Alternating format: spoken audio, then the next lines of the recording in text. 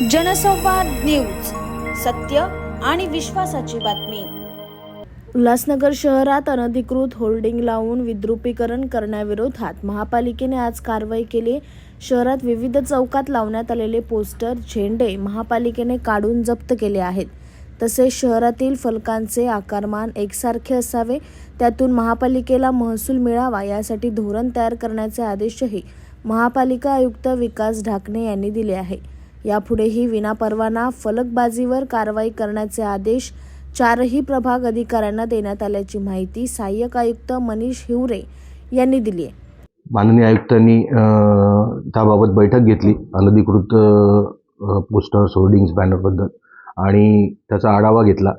आढावा घेऊन माननीय आयुक्तांनी सक्त निर्देश दिलेले आहेत की विनापरवानगी पोस्टर्स, होर्डिंग्स, बॅनर्स याच्यावरती तुम्ही तातडीने कारवाई करून नियमानुसार त्यांच्यावरती कारवाई करा आणि त्यांना परवानगी देण्यासाठी आपले काही विशेष फलक असतील तर ते विशेष फलक बनवा आणि त्यावर त्यांना परवानगी द्या आणि महापालिकेने निश्चित केलेल्या ठिकाणांवरती होल्डिंग आणि बॅनर्स प्रदर्शित करण्याची परवानगी द्या। तसंच एक वेगळी साईज होर्डिंगची किंवा बॅनरची निश्चित करण्याबाबत आयुक्तांनी आदेश दिलेले आहेत आणि त्याच्यानुसार असे फलक निश्चित करून त्या ठिकाणी परवानगी देण्याबाबत सूचना दिलेल्या आहेत। तथापि न्यायालयाने दिलेल्या आदेशानुसार आणि माननीय आयुक्त यांनी दिलेल्या आदेशानुसार शहरातील सर्वच विनापरवानगी होर्डिंग, बॅनर्स, पोस्टर्स काढण्याची कार्यवाही सुरू आहे आणि ती चारही प्रभाग समितीमध्ये तातडीने करण्यात येत आहे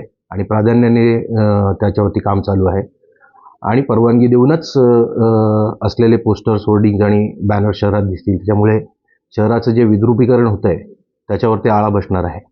आकाश सहाने, जनसंवाद न्यूज, उल्हासनगर।